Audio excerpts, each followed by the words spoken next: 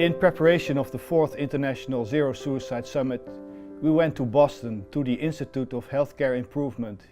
Here we talked to Professor Don Berwick, the founding father of patient safety and quality improvement in healthcare. In all of healthcare? Not yet, because in mental health care, patient safety and quality improvement are still underdeveloped.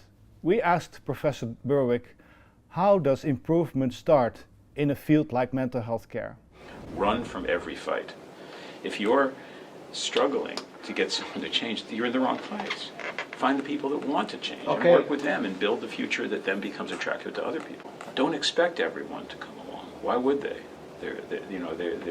Most people will want to stay where they are for now. Of course, they're reasonable.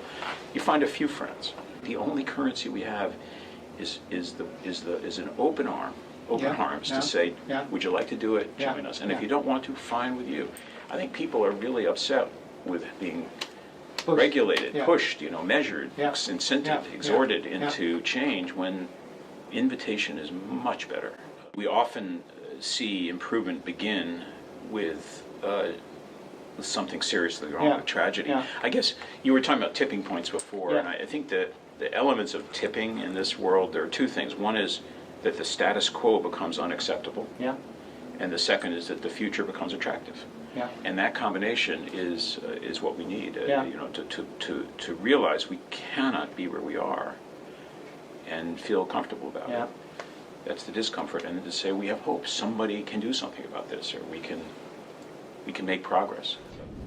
Zero suicide draws the field of suicide prevention into the realm of patient safety and quality improvement.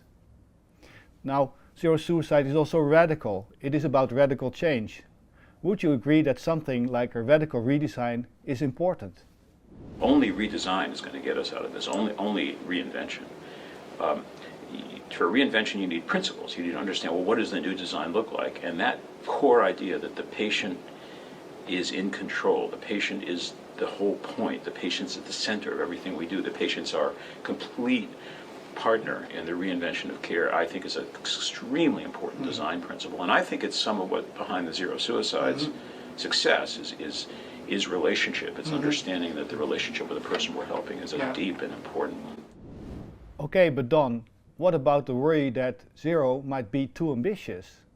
People worry, by the way, that if we set zero as a goal or perfection as a goal, that the workforce will get demoralized. We're setting ourselves up for failure. Absolutely not. I mean, the workforce will love it. A group of mental health professionals responsible for helping a population drive suicides to zero or achieve decreased depression rates or manage major mental illness.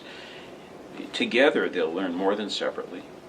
And if they're able to make the systems explicit, if they're able to build cooperation, if they're able to do some measurements that they can use to help them to guide, these are the basics of improvement. I think they can improve. Zero Suicide started in Henry Ford, Detroit. They participated in an IHI competition aiming for perfect care, and they chose perfect depression care. Don, what happened? We went out there and they said, we're going to go for it. We're going to try to be safe, effective, patient-centered, timely, efficient, and equitable. And Ed showed up, the psychiatrist, and said, and I'm going to do it in mental health care, and how about starting with suicides and chronically ill people? Oh my gosh, I mean, what ambition, what courage. And then they did it. It was really something. In other contexts, I've worked in Malawi, in Ghana, in South Africa, in Ethiopia, and in very austere settings. When you get together with a work team and you say, how would you like to eliminate deaths from malaria? How would you like to eliminate birth injuries? They want to. I mean, I think it's a vocabulary that people want if you're down there with them and you know. And then the question is, what's the next step we'll take? So for someone in a resource-poor environment or a stressed middle-income or low-income country, I'd say, we'll go for perfection. Let's do that. What's the next step? In Ghana, we worked on under 5 mortality in children and achieved, I don't remember the number, it's something like a 28% reduction in under 5 mortality, not zero, but a massive savings of lives. And we should, we need to throw a big party when that happens. So I say ambition is great and celebration is great, and we should do both. So of course Detroit is an extraordinary example of perfection. But still, you could doubt, do we really need the zero to bring about the changes in order to save more patients' lives and prevent more suicides? Zero is your goal. It's a good thing to do because it pulls you out of the present. It pulls you toward something more fundamental about the way you're going to make changes. And sometimes you can get there. Ed Coffey did get there, to everyone's surprise.